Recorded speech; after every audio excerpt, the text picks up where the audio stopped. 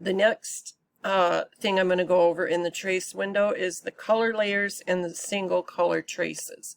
Now, this is probably what you're going to use the most, other than just the plain black and white images.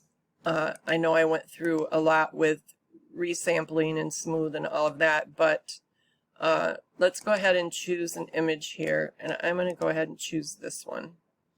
And I will first do color layers. So I have 3 colors here, but I'm showing 5. Well, I'm not going to worry about the white, but I don't want it to trace 2 blues. I only need 1.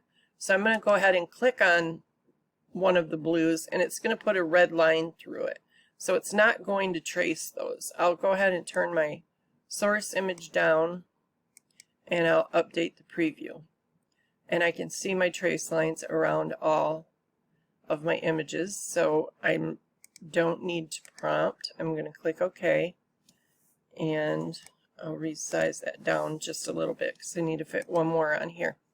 Alright, I'll choose that same image, and then I will come to single color. Now, it automatically randomly picks a color, which is fine. I'm going to double click on this color swatch here, and then if you watch this swatch as I move my mouse over these colors, it changes. So the one that I want to trace is the green. I'll update the preview again and click OK, but first I want to check the prompt continue tracing because I have 2 more colors. Click OK, click yes, double click on this orange and choose the pink, and I can update the preview. I can see my cut lines. I'll choose OK, a yes because I have 1 more color. Double click on this color swatch and I'll come over to the blue. I will click on that, update the preview. The trace looks good, and click OK. And then no, I'm done. So it puts it right on top of the other one. I'll go ahead and resize this one down a little bit. Now I want to show you the difference between the 2 traces. First I will select this and ungroup it, and then I will select this one and ungroup it. Alright, so now if I pull these colors apart, you can see that when it traced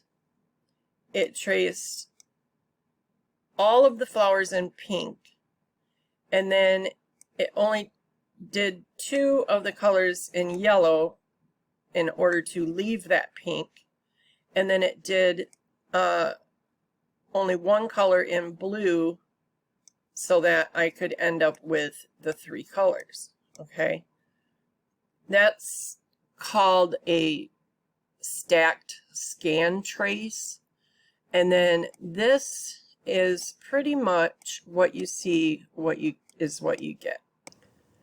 So that's how the color layers and the single color trace works. Thanks for watching.